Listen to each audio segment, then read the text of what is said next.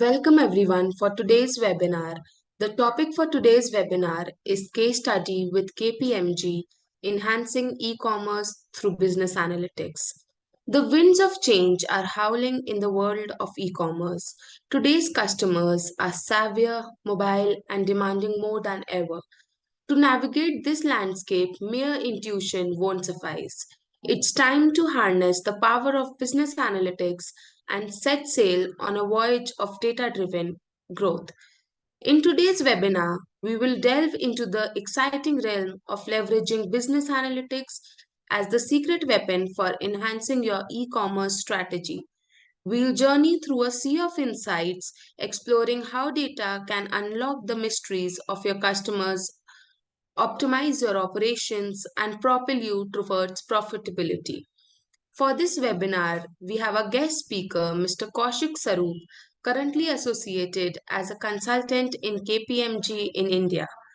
He brings a wealth of experience in diverse domains, including marketing analytics, HR analytics, financial analytics, and text analytics.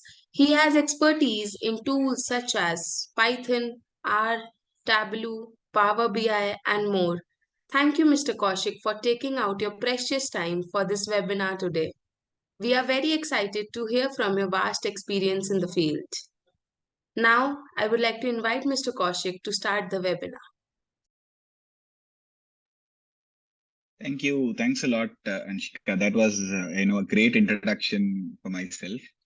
And I would also agree on the point where you said business needs to be taking an edge on, e-commerce because the customers are changing, right? So with that, I would also like to start with this webinar and welcome everyone. Thanks for joining this webinar. And just to confirm, can you all hear me? Am I audible? Yes, we are. Perfect. So, guys, let me set the agenda for this webinar. You might be having some expectations out of this webinar. So let me give you what to expect from this webinar and what would you gain at the end of this webinar. So in this webinar, we will first understand what is business analytics and how is it helpful in the e-commerce industry. We are specifically focusing on the e-commerce industry. So for the first few minutes, we'll understand what is business analytics, how is it used, how the trends have been on business analytics. And then we will move on into the use cases of business analytics in e-commerce. Once we are clear with the use cases of business analytics in e-commerce, I have a small case study where we will take a data and we will work on it practically to see how can you leverage the data that you have in the scope of business analytics for e-commerce. Right. This is going to be the agenda for the day. And without any further ado, let's start with the session. If you can just give me a minute, I'll share my screen. Also, I hope that the participants do have access to the chat window. If you can access the chat, can you just give me a yes or a thumb be getting that information? Can you all access the chat? Yes, they can access the great. chat. Okay, great. I do have, a few responses on the chat. So if you have any queries, if you have any questions related to, business analytics in general or business analytics related to e-commerce, you can put it in the chat. The team from Adept will note it down and they would, let me know. Because for the last 10 minutes, it's a dedicated Q&A session where any questions that you have, you can, ask me. And if it's within my knowledge, I'll definitely be able to help you. Right. So just a minute. Yeah. Can you guys confirm if you can see my screen? Can you confirm it on the chat? Is my screen visible? Okay, perfect. Right. So you can see the topic for today is business analytics in e-commerce. First, before we get into e-commerce, let's understand what is business analytics. This is a field that has been booming for the last few years, and everywhere you turn, business analytics, data science, these terms are used widely. So we also need to understand what is business analytics first, and then we can move on into how it's applied in the e-commerce industry. If I ask you what is business analytics, you might be having an idea on, the explanation, maybe the use of tools and technologies and so on. What I'm going to show you is my understanding of business analytics. So have a look. Let me just go to the next slide. So if you have a look at this screen, it says that business analytics is an interdisciplinary field that uses scientific methods, process, algorithms, and system to extract knowledge and insights from structured and unstructured data. Right. This is a kind of a textbook explanation for business analytics. And if you see, there are 4 words that are underlined. There is interdisciplinary, insights, structured, and unstructured. These are 4 words which are important from this definition. So let's understand these 4 words first. If you see, the first word that you have is interdisciplinary. And why is it mentioned as interdisciplinary is business analytics is a field that can be used in every other domain. Let's assume you are someone from a healthcare background, or let's say you are from a marketing background, or you can also be from a HR background. Whatever be your background, you can use business analytics in that particular field. It's a supporting field that can be used in every domain, and that is why we have mentioned interdisciplinary. See, there can be companies where they focus completely on building data science projects or business analytics project. But even in those companies, if you have a look at those projects, it would always be supporting the different domain. So I cannot say business analytics is only for a particular domain. Only people from a particular background would be able to use business analytics. No, it is a domain which can be used across the industries. And the second word that is underlined is on insights. Now, there can be 2 words. There can be a word that is mentioned as data, and there can be also a word that is mentioned as insight. So we need to understand the difference between data and insights. Now, data is just raw information. Let's say you run a business, you collect the data of your transactions, or you collect the data of your customers, you store it in a database, or you store it in a simple Excel sheet. That is data in its raw format. It's of no use to us, right? Data in its raw format is not very helpful to us. But when you change that data into an insight, now what do you mean by changing that data into an insight is you analyze the data to get some output.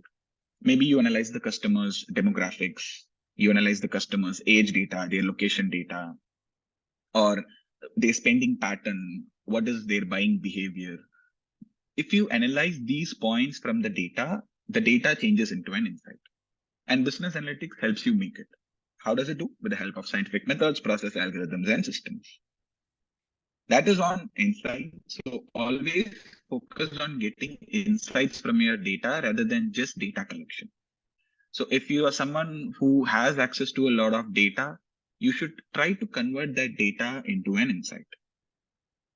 Once insight is done, we will talk about the next 2 terms, which is structured and unstructured data. Now, structured data is something that can be stored in a proper structured format, as the name suggests. Right? Let's say you are storing the customer's data in an Excel. Now, an Excel has a proper structure. There can be column names. Each row will represent individual customer data or individual order data or individual employee data. Right? That is what you call as a structured data. You can use business analytics in the structured data, where if you want to do analysis, you can do it column wise, you can do it row wise, you want to do it visually, you can do that. But there is also another term called as unstructured. And as the name suggests, there is no structure to this data. In fact, if I'm being honest, today we are exposing ourselves to a lot of unstructured data than structured data. See, if we are using Instagram, or if we are using any social media websites, if you're using any messaging apps like WhatsApp, Telegram, you send them a text, you send others a text, you send others a video, an image. All these are examples of unstructured data. And why do I call them as unstructured is, let's say you watch 3-4 different reels, you would not find many reels to be in the same manner. See, one reel could be of a specific format. The other reel could just be in a compilation of pictures. There can be one more reel where someone sings. There can be a reel where a different audio is used. All these They don't follow any pattern, and there is no one to say that this is the pattern that you should follow in a reel, and this is what you're supposed to do. The same goes for images. So if you are talking about an image could be of just 1 MB, whereas another image could be of 10 MB. There can be images which is black and white. There can be images which are with filters, which are with colors, and so on. So the image data, what we use, the video data, what we use, the text data, audio, all these are examples of unstructured data where there is no pattern. And as I said earlier, these days we are using a lot of unstructured data than structured data.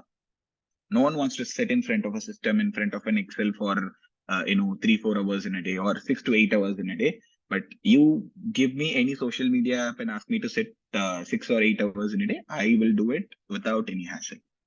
And this is something that we all do, right? We all do when you have unstructured data. And that is why these days it is essential for you to understand how to analyze structured data as well as unstructured data. And that is where business analytics comes in. There are a lot of tools in the industry which you can use to process unstructured data also. That is on the definition of business analytics. And as I said, this is just a textbook definition. A lot of you could also be having different explanations of business analytics. This is just from my point of view. What is business analytics? Where is it used? Which domain it's used? And what kind of data are we using? Once we are clear on the business analytics aspect, let's look at the component of business analytics. It's an intersection of discipline, right? In fact, that's the word what we saw before, interdisciplinary. So let's take a deep dive into this. What do you mean by an intersection of disciplines? The first one is data management. See, if you are someone who wants to become a business analytics expert, you should know how to manage your data. I'll give you an example, something that we all can relate with. See, if there is this famous OTT which we all use, and this OTT, when it came into India, which was around the year 2016-17, they didn't ask you for any information. This OTT platform has not asked you for any information. You can watch the free content that is present on the OTT platform. But if you want, you can also pay. You can get the subscription and you can watch it. So if all I needed is I just download the app, I can watch the movies or I can watch the sports that is present in the app without any information. But the same app around the year of 2017 or 2018, end, they started collecting people's information. When I say people information, it could just be a mobile number. It could just be email ID. The free content is still there in the app. If you want to watch the free content, you can still watch it. But you need to give your mobile number or you need to register yourself as a user. The reason is, see, if we are not storing the data, anyone can use our app and that's okay. But the minute you start storing the data, it gets updated somewhere, and you should be able to manage it. See, if there is someone who's visiting my website or if there is someone who's visiting my business, it's always good to have their data stored somewhere. And it is not actually something that is unethical or illegal. These are practices that is used in the industry. Every time you go to a website, you click on yes to cookies, right? The website might ask you, are you okay to allow cookies? And we say yes. Now that is nothing but your data getting stored in a hash format. So you should understand how to store the data, how to manage the data. And when I say data management, it can be done in multiple ways. A common way that we all know is the use of Excel, right? We might be having an Excel where all our data could be stored, or we can also have a database. Now, what do you mean by database? And the difference between database and Excel is just a single sheet where data is stored, whereas a database is a combination of data. If I talk about e-commerce, let's take e-commerce here for an example. See, if I talk about e-commerce, it has multiple data with it. The e-commerce can have customer data. The e-commerce business can have sales data. They can have transactional data. They can have social media data and so on. And trust me, all this data would not be stored in a single Excel. It would be stored in different database. So for customer, there could be a different database where we have the customer ID, the sales of the customer, the order ID, and the location of the customer. And if we are having transaction, we have the transaction amount, what is the product, and so on. So every different database would be having different data. And that is the aspect of data management where you either store the data in an Excel or you store the data in database management. So this is one skill that you are supposed to know, or this is one discipline that you are supposed to know, where how can you store data? Once you have stored the data, what would you do next is you generally analyze the data. And that is the second aspect where it's mentioned as information technology. And I would actually like to clarify a point here. A lot of you would be having this question: do I need to learn coding to become a business analytics expert? Is coding mandatory for someone who wants to get into business analytics field? Yes, you need coding. You need to know coding, but not very deep. You need to know a little bit of coding. But if you're someone from a non-technical background and if you don't want to learn coding at all, there are actually tools that you can use. And that's why instead of mentioning this as programming, I have mentioned this as information technology. It's okay if you don't know how to code. We can always learn it, but it's okay if you are not interested towards coding. Maybe you want to go towards the non-technical part of business analytics. You should know how to use the tools. Now, there are a lot of tools in the industry that doesn't require you to know coding. For example, Power BI, Tableau. These are data visualization tools where with just a few clicks, we can create good visuals. There are tools like Orange, Alteryx, ClickSense, where you can perform data analysis with just a few widgets, with just a few clicks. So you should know how to handle tools rather than how to know programming. Programming is something that you can know. It's always better to know it, but you should also know how to use those tools. And that is the second discipline where it's mentioned as information technology. Data management, information technology. And once you know how to use these tools, you move on into the part of statistics. Statistics is something that we might have learned during our school days. Something that we have learned during mathematics in our school days. There is mean, median, mode, measures of central tendency. But trust me, I learned mean, median, mode during my school days, but I'm still using it in my work. So when I work on a project, I work on the concepts of mean, I work on the concept of median, I work on the concept of mode. I use a lot of statistical models. So you cannot keep statistics aside. Statistics is also an important aspect in the business analytics domain. So you should know how to use statistics. You should know how to build models on statistics and how to infer the output. That's the third discipline or the third component of business analytics. After that, we have my favorite part, which is visualization. See, if you are working on an analytics project, you can do a lot of data crunching, you can do a lot of data analysis, but at the end, you would be creating a report. You would be creating a report using a visualization tool, or you would be creating a report with any report making tools. And at that time, you definitely should know how to use visuals.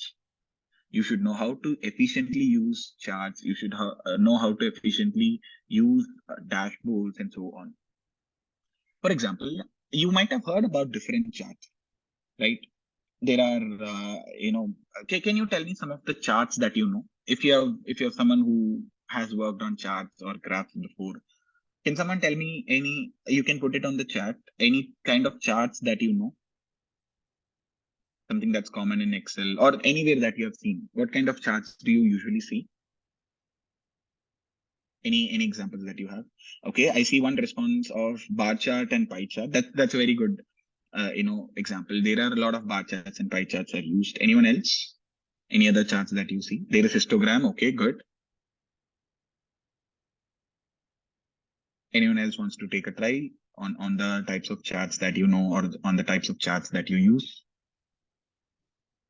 Okay, there is stacked bar chart, line chart. Okay, let's take three charts from the chat option. We'll take bar chart, pie chart, and line chart. Now, bar chart and pie chart, let's see where do we use it and what is the use case. The bar chart is used to compare the data. Pie chart is also used to compare the data. So you might be thinking, what is the difference between these two? Why don't I use a bar chart only? Why do I specifically need a pie chart? Right? But there is actually news of pie chart. Bar chart is used when you want to compare the data in its absolute terms. Let's say in an e-commerce, you want to know the state-wise sales. You can use a bar chart where you see that Tamil Nadu is the leading state with X amount of sales, and then followed by Maharashtra, followed by Karnataka. So if you have these data with you, what you do is you create a bar chart. So you get each bars and you would be analyzing the data, you would be comparing it. And as the time moves on, the states might also change. The same thing would be used in pie chart, where you can actually see it's mentioned in the chat. It's for percentage use. So if you are creating a pie chart, you want to know the percentage. Let's say out of the whole sales, I want to know what percentage does Tamil Nadu contribute to, or what percentage does Telangana contribute to. So if you want to compare the data on a percentage basis, you would be using a pie chart. And when you have a line chart, you would be using line chart to compare the data over a period of time. Whenever you have a time element, let's say it could be the stock price, it could be the population, it could be the economics, any data that has a time element, you would be using a line chart. So it doesn't matter if you know how to create a chart. It actually matters where you should know what kind of chart to use according to the problem statement. If I ask you a question, let's say if I ask you to plot the trend over a period of time, what you do is you should plot it in a line chart. You cannot plot it as a histogram, or you cannot plot it as a scatter chart. So based on the problem statement, you should know what charts to use. And that is what we will be learning in the visualization aspect.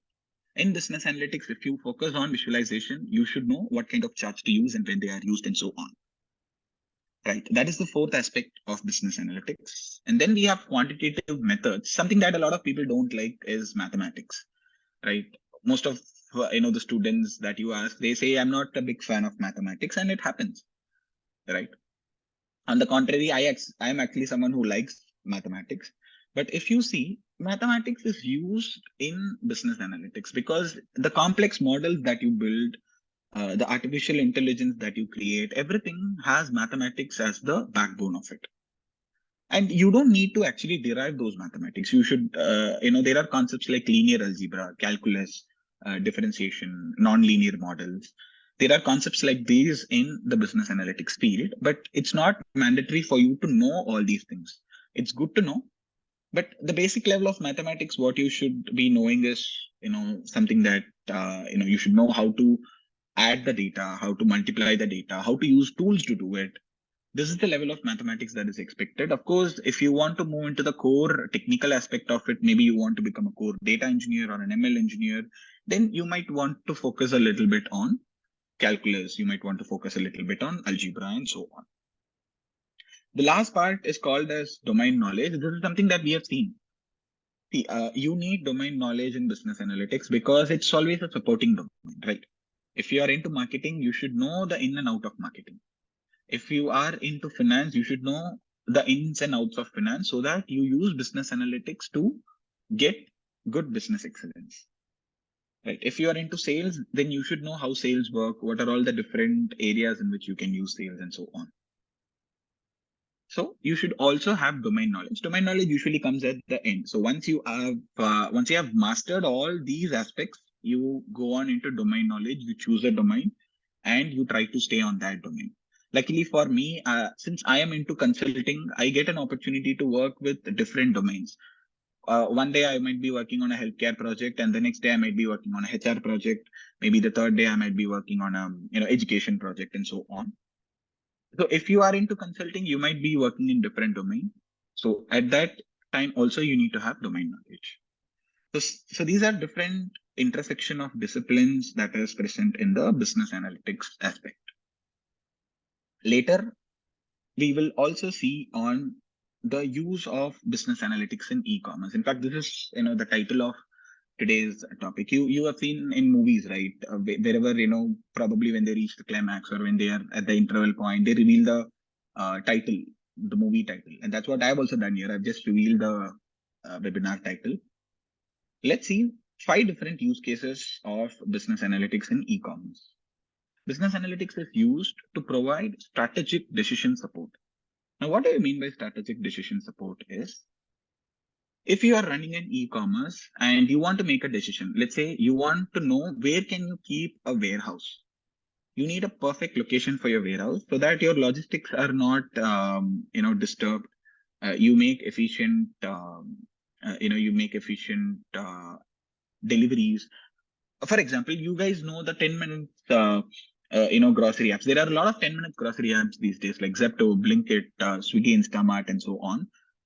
Now, if you see, they don't outsource their products. They don't go to a shop, buy the product. Let's say you make an order on Zepto or Blinkit. They don't go to a shop and buy a product and they come and deliver to your location. That's not how it happens. They have a hub, and they should know where can they keep the hub so that they can reach the location on the given time.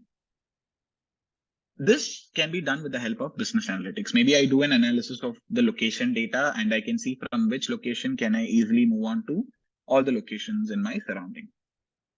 So if I am present in Electronic City, I need to identify from which location in Electronic City can I reach out to the area surrounding it so that I can deliver the groceries or I can deliver the products within 10 minutes. And this can be done with the help of business analytics.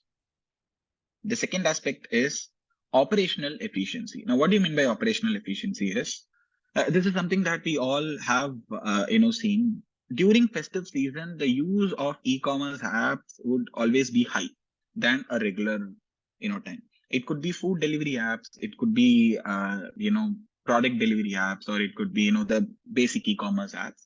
During festival time, always the demand would be high, and they should be able to manage that demand.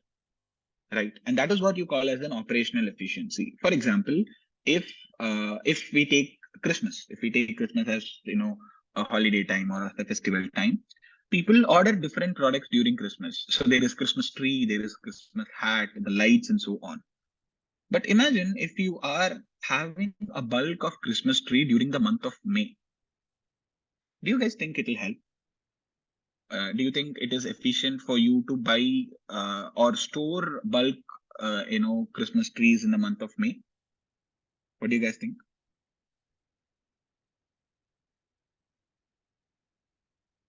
Should we buy Christmas trees during May or during April and then have it? No, right? You should not do it. And that is what you call as operational efficiency, where you identify the demand. You identify the demand during specific time period and you buy and store the products only during that time. You do not do it on all the time periods. Maybe during April and May, the product that is in demand could be different, and during November or October, the product that is in demand could be different. So that is on operational efficiency, right? Waste of time, yes, it's waste of time, and as per demand we need to have it. That is true. So that is on operational efficiency, how business analytics is used in e-commerce.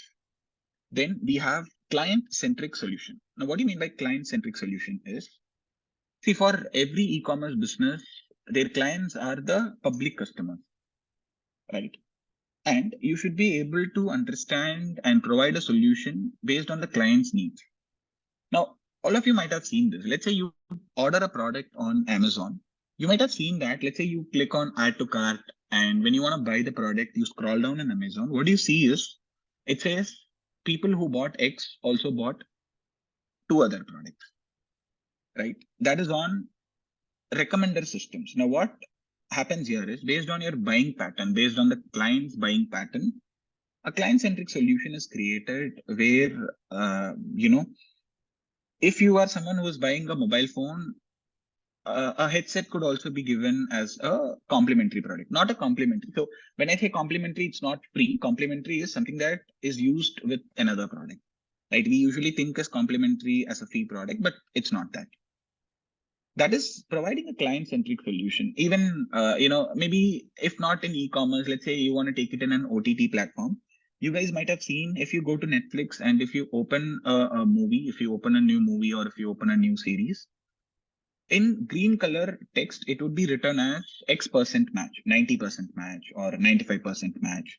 This is also providing a client-centric solution where I provide recommendations based on the client's historical data. So it can either be used in e-commerce industry or it can either be used in any different industry, but you should focus on providing the solutions based on what the client needs. You should not be providing the solution based on what you can do. That is on providing a client-centric approach. And the next point of how business analytics is used in the e-commerce industry is resource optimization. How can you optimize the resource? And this is actually, very uh, a kind of, funny take. There is this famous stand-up comedy that got, released recently where someone said address in India is very subjective, right? If you want to give address to someone in India, it's very subjective. And if you see, this is a problem that a lot of e-commerce industries face.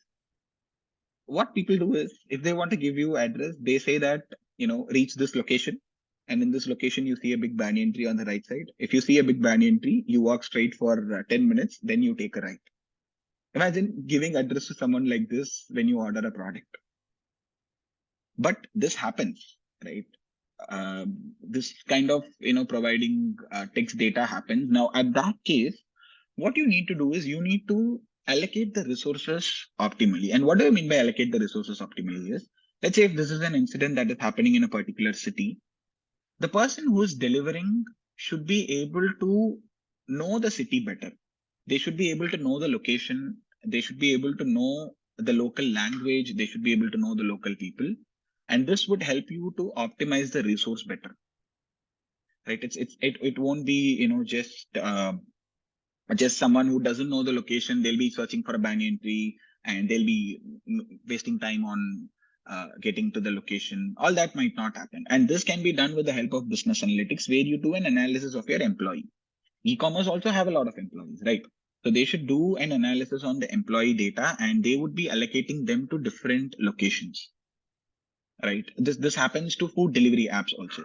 What is the location that has a lot of demand? That is where a lot of people would be present. Imagine if there is only one restaurant in a place and hardly anyone orders from that restaurant.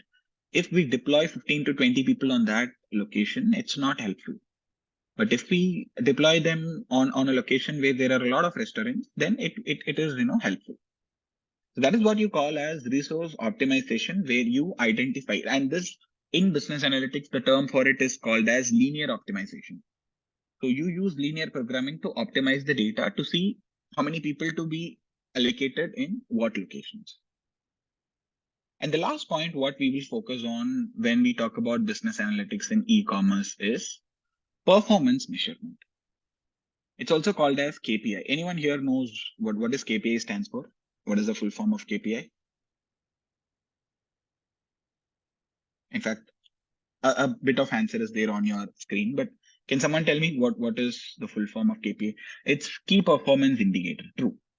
So KPIs are key performance indicators. And how do e-commerce use key performance indicators are? Let's say you launch a product or you launch a service in your e-commerce platform and you want people to know. Let's say you give maybe a subscription, a premium subscription for your e-commerce business, and you want people to know. You make an advertisement in different social media platforms. You make an advertisement in LinkedIn, you make an advertisement in Instagram, you make it in Facebook, you make an advertisement in X. So you make it in different social media platforms. What happens is once you make this announcement or once you make this advertisement, you analyze the data of the reach. Now, there are a lot of technical terms that is involved in performance measurement. A few of them are, things that you might know. There is something called as impression. Now, what do you mean by impression is the number of people who have seen your ad. So when you scroll through Instagram, you randomly see an ad. What do? You see for a second and then you scroll to the next slide or next reel. Even if you look at it for just 1 second, or even if you look at it for 1 millisecond, that would be considered as an impression. But not everyone who buys or everyone who looks at your advertisement will buy your product. Only a few people will be buying your product. So what happens in this case is, after impression, you also identify something called as CTR. Have you guys heard about CTR? Can someone tell me what does CTR stand for? And it's okay if you don't know, but anyone wants to take a try. What do you guys think is CTR? CTR stands for in aspect with digital marketing and in aspect with an e-commerce. CTR means click-through rate. Now, what do you mean by click-through rate? Is let's say if 1 million people have looked at my ad, out of the 1 million, around 1 lakh people are clicking at my ad. Now 1 million is 10 lakhs and 1 lakh people are selecting or clicking on my ad. Then I have a click-through rate of 10%. Right? 10% is what 1 lakh is for 1 million. So I have a click-through rate of 10%. So people might click on the ad and they have a look at the ad. And then what happens is customers buy your product. And that is called as conversion rate. Not all the 1 lakh people who click on the ad will be buying your product. It would be a very small number, let's say 1,500 people. And I'm talking about a big organization. So when we talk about e-commerce, they are usually very big in nature. So a lot of customers would be present. So I'm taking a fair number of 1,500. Now 1,500 would hardly be, 1.5% of the original data. So your conversion rate is 1.5. So what you do is you look at the conversion rate and you compare it with different social media. You see that the conversion rate in Instagram is 3.8%, in LinkedIn is 1.5%, and in Twitter it is 8.3%. So if there are these three different aspects, obviously making ads on Twitter or X and making ads on Instagram is much better than making an ad on LinkedIn. Right? Because LinkedIn is not a social media platform. Of course, nowadays a lot of LinkedIn posts look like social media. It's not a social media platform. It's a professional networking platform. So maybe when you make an ad on that, people might not be interested to buy it. But when you make an ad on social media platform, it helps the people or it helps the customers to buy the product. So you measure the performance of your ad. You measure it across different channels.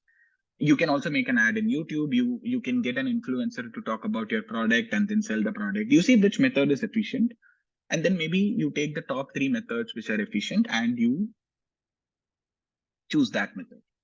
This is an example of how business analytics is used in e-commerce.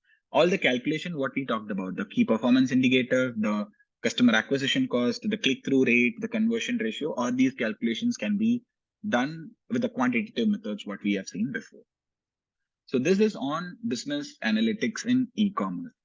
And these are not the only use cases, but these are very commonly used aspects where, it is helping you in decision making. It is helping you in increasing the efficiency, providing a customer centric solution, optimizing your resources, and to always measure the different performances. Right. So that is on business analytics in e-commerce. Now, what we'll do is I'll show you a small case study. Maybe I'll take a question on this case study and I'll give you a solution on that. If you can give me a minute, I'll just share my screen. So I have a data in front of me. It's a very small data that we have. Yeah. Can you see my screen, the Excel sheet? Can you see this?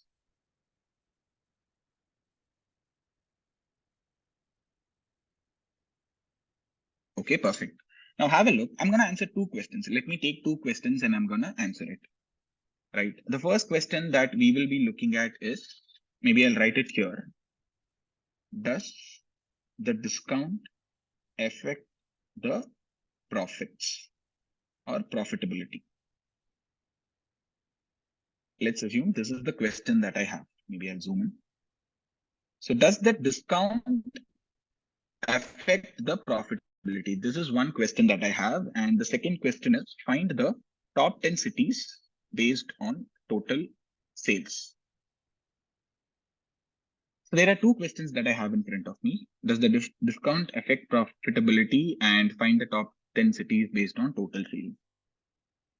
Now there is one misconception, not a misconception, but there is a idea what we have is, if you give more discounts in your business, your profitability would be less, because what is discount? Instead of customer paying, I'll bear that cost. If a product is 1,000 and if I'm selling it for 900, the 100 rupees discount is something that I am bearing. So we have this thought that if you give a lot of discounts on your business, the profit would be affected. The profit would be decreased. This is, maybe let's assume this is an hypothesis that I have in my mind. Now we are going to check that hypothesis. We would check whether the discount affects profitability. For that, I'm going to use a simple concept called as correlation. So if you're not aware about what is correlation, it is a measure that tells you how two numerical values are related. It's a number which varies between -1 to +1. If the number is close to +1, the values are said to be highly correlated. If it is close to 0, then there is no correlation. If it's close to -1, then the values are highly negative correlated. And this is all that you need to know. Now I'm going to find a correlation between the discount column and the profit column. So this is my data. You can see I have the customer ID, the quantity that they have bought, the order ID, what region are they from, what kind of customers they are, and so on. So I have this data with me, and you can see I have city. So this is one column which we will work on, but I would now focus on this column discount, and I would also focus on this profit column. Now I'm going to find the correlation, and let's see what inference we get. So this is percentage. 0.24 is 24%, 0.06 is 6%, 22%, 6%, and so on. Let's not find the average and median and all those things now. We'll only focus on these two questions. So now if I say equal to CORREL, there is this function in Excel called as CORREL, correl, which would give you the correlation coefficient. It will give you that number what we are talking about. You're supposed to give in two arrays or two columns, and it doesn't matter what order you give. First, you can give discount, or first you can give profit, up to you. So I'm going to select the first value in discount, and I have multiple data points. I don't want to drag it. I don't want to drag all the data points. So a simple shortcut that I can use is Control Shift down. So when I use Control Shift down as a shortcut, all the data points are selected. You can see on top, from J2 till J3909 is selected. Comma. I'm going to move up. This is my first column. My second column is profit. So I can select profit. I would once again do a Control Shift down. And you can see from 2 till 3909, I've selected it on J column. I've selected it on M column. So M and J, these are two columns where I've selected the data. And I'm going to close the bracket. Now, when I hit enter, you can see the correlation value that is present. The correlation value that I get is 0.04, which means it's almost zero. It's very close to zero. When this value is very close to zero, what you can infer is discount and profit. These are two columns which are not related. These are columns which are not related to each other. There is no correlation between discount and profit. Maybe if this value was 0.8 or minus 0.8, we can tell that discounts and profits are highly correlated. But one inference that you can get is, in this data, there is no relation between the discount and profit. So we cannot say if you give discount, the profits will decrease, or the vice versa. If you give discount, the profit will increase. You cannot tell both because the correlation value is very less, 0.04. So for the first question, does discount affect profitability? No, of course, it doesn't affect the profitability. For the profitability to be affected, we need to have a high correlation value, but we are not having a high correlation value. So that is on the first question. Now for the second question, to find the top 10 cities based on total sales, we will be using a concept in Excel, an inbuilt concept in Excel called as pivot tables. We will be creating a pivot table and we will be finding the output, right? Maybe I'll copy this question on the chat. I'll copy and paste it on the chat so that you can help me, because in the next, when I move to the next screen, I want you to know the question. So find the top 10 cities based on total sales. So how do I find the top 10 cities are? A pivot table, if you're not aware, it is used to summarize the data. So if I go to my data, you can see I have around 3,900, almost 4,000 rows of data. But this 4,000 rows of data, it cannot be summarized just by looking at it or by doing a manual calculation. So what you do is you just select somewhere inside the data. You go to the insert option on top. You select the pivot table option. The minute you select the pivot table option, you can see this A1 to M3909. Don't worry much on this dialog box. You can just give OK. And in a new screen, a pivot table option field will be created. Now have a look at the question, and I want you to tell me, in this question, how many columns are involved? So I've asked you a question to find the top 10 cities based on total sales. Can you tell me how many columns are involved in this question? Or what are all the factors that is involved in the question from our data? Anyone? Just tell me how many columns, and then we'll talk about what are all the columns. In this question, how many columns do you think are involved? 2 columns, yes. There is a column of city and there is a column of total sales. Yes, that's right. Now, we will be using these 2 columns, and out of these two, we are sure that total sales is the numerical column and cities is the categorical column. So we are supposed to aggregate them. So what we do is, on the right side here, you can see we have different columns. I'm going to scroll down. You told me that total sales and city are the column that is present, and total sales is the numerical value. When you are building a pivot table, always the numerical value would come under this values option. So the numerical column total sales, I'm going to drag it and I'll put it in the values. The minute I do it, you can see the total sales, sum of total sales. This is somewhere around 4 crore.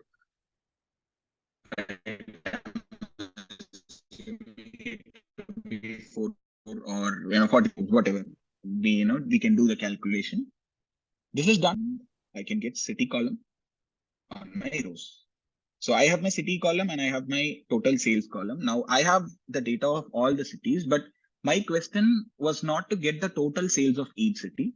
The question was to get the top 10 sales of each city. And there is a specific reason I chose this question. So once I have the data, what I'm going to do is I'm now only going to get the top 10. Now, how can I get the top 10 is first, I'm going to right click on this number and I would say sort from largest to smallest. So I would select sort from largest to smallest, and you can see these cities. And then if I select the row labels filter, I go to value filter and I'm going to select top 10. It is asking me what are the number of values you want. So top 10 items, sum of total sales. Don't make any change, but if you want the bottom values, let's say you want to go to top, instead of top, if you choose the bottom values, you will be getting the least cities. And you can choose this number to be 5, 7 or whatever. So I'm going to give OK. And here you can see the top 10 cities are present. There is Delhi, there is Dehradun, Lucknow, Ranchi, Patna, Jaipur, and so on. Now this is on the top 10, but what if I want the data to be present on the bottom 10 cities? So I'm going to go back. I'll press Ctrl Z, right click, sort, smallest to largest. Once again, I'll go to row label, and here in value filter, I can say instead of top 10, I would select bottom 10 and I'm going to give OK. The minute I give bottom 10, you can see the cities are present. Now, anyone here, do you find any inference from this output? So we have the bottom 10 cities based on the sales. Do you find any inference from this?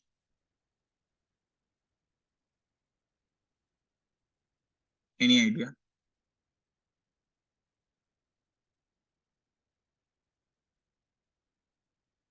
Okay, I'll tell you.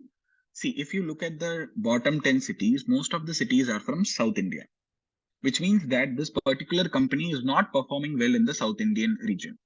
So you check Coimbatore, Hyderabad, Bangalore, Kochi, Nellore, Chennai, all these. So out of the bottom 10, 6 cities, almost 60% of the data are from the South Indian states. So this business is not performing well in the South Indian states.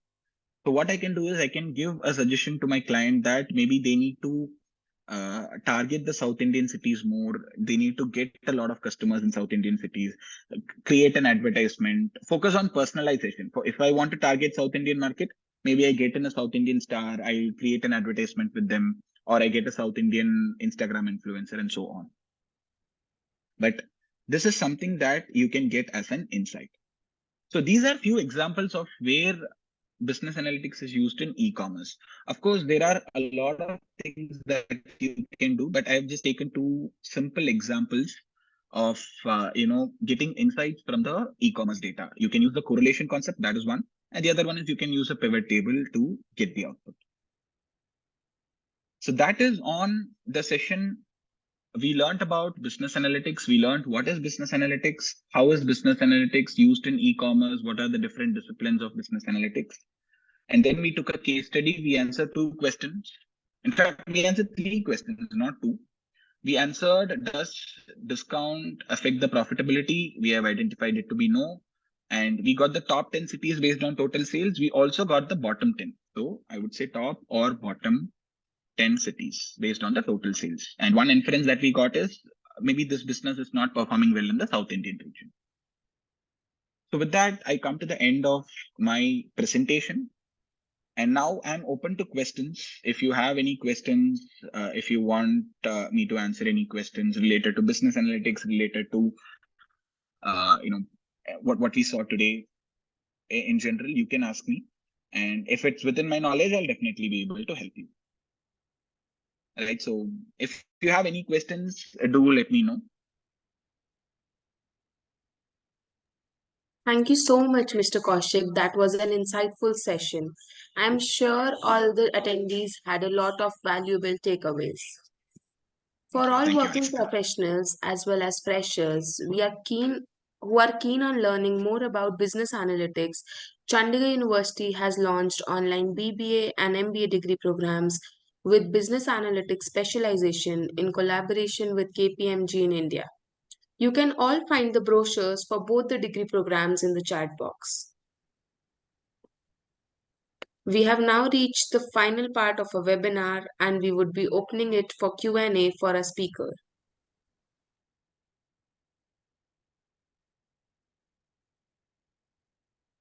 Yeah. So any questions that you have on business analytics, data science, machine learning, whatever it is, if you have any questions, do let me know. Maybe I can help you with that, or I'll give you my point of view if you have any questions. So you can put your questions on the chat, or you can put your questions on the Q&A option, whatever works for you. So the first question we have is, can a working professional from finance domain make a career in analytics? Yes, Anshika. So if you see in my webinar also, I focused on the point where business analytics is a supporting field, and finance actually has a lot of applications related to business analytics. In finance, there is a specific group of people called as the security team, where they detect the fraud transactions and they stop the fraud transaction. The application behind it is business analytics. In finance, there is also the concept of sentiment analysis on the stock market, which is an example of business analytics. So someone who is into finance, if they want to transit their career into business analytics, they can very well do it, because finance has a lot of applications in business analytics. So they can learn business analytics and they can also apply it in their work. Okay, thank you. The next question is, what are the biggest challenges and opportunities facing the future of business analytics? Okay, the challenge that before the challenge, let's talk about the good point. The opportunities that we have,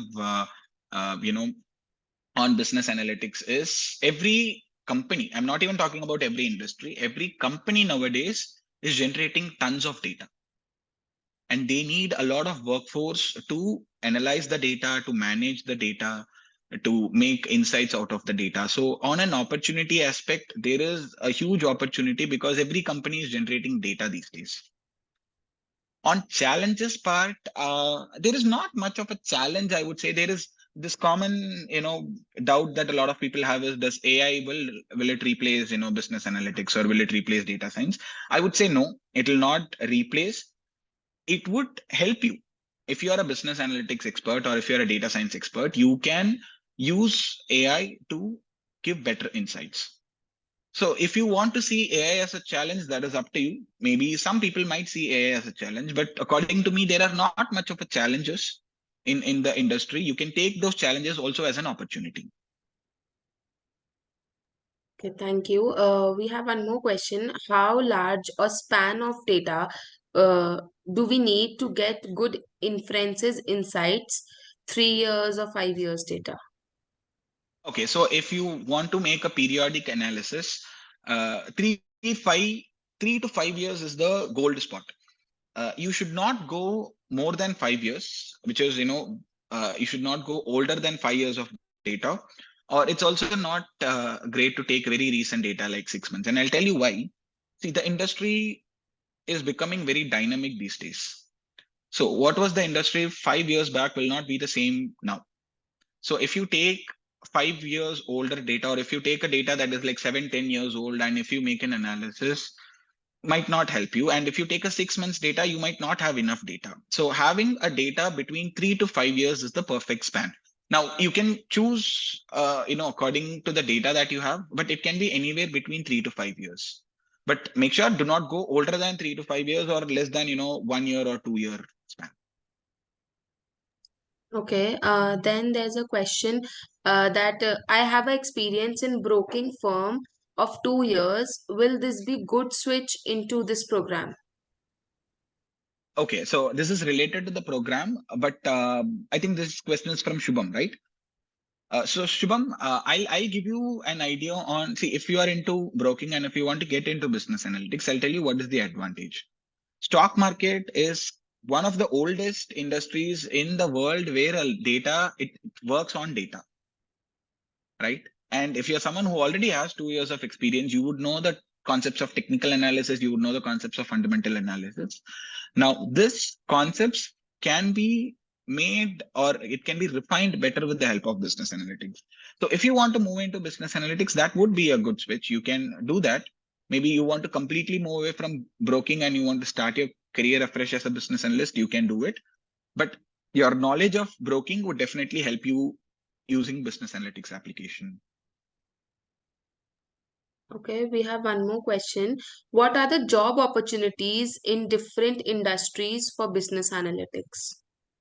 Okay, so if you talk about job opportunities, there are like, I'll name the job roles. The entry level job role is somewhere called as an analyst or a data analyst or business analyst. But they mean the same thing, where you would be given a data and you will be performing analysis on the data. That is one job opportunity that is present. So if you are a fresher and if you have done a course, or if you have knowledge on business analytics, you should target the job roles that says analyst, data analyst, or business analyst. But if you're someone who has some experience in the data field, in the business analytics field, and you want to be at a kind of a senior position, the target job role could be a data scientist. So the data scientist and data analyst are job roles that has a lot of openings these days. And to be honest, you don't need to take my word. Open LinkedIn, go to jobs on the bottom right, just search for data, and you will see the different opportunities or the different job roles that is present. Okay, thank you so much, Mr. Kaushik. I think that's all for tonight. Thank you everyone for joining in and have a great night. Thank you, Anshika, for that, and thanks everyone. It was a nice session. So thanks for taking your time on a evening to join this session, whatever I have taken. Thanks for respecting my time and respecting your time. It's good that you all joined. It was a great session, and hopefully we'll meet soon. Thank you, and thanks team for organizing this. Thank you so much, Mr. Kaushik. Thanks everyone. Have a good night. Yeah, good night everyone.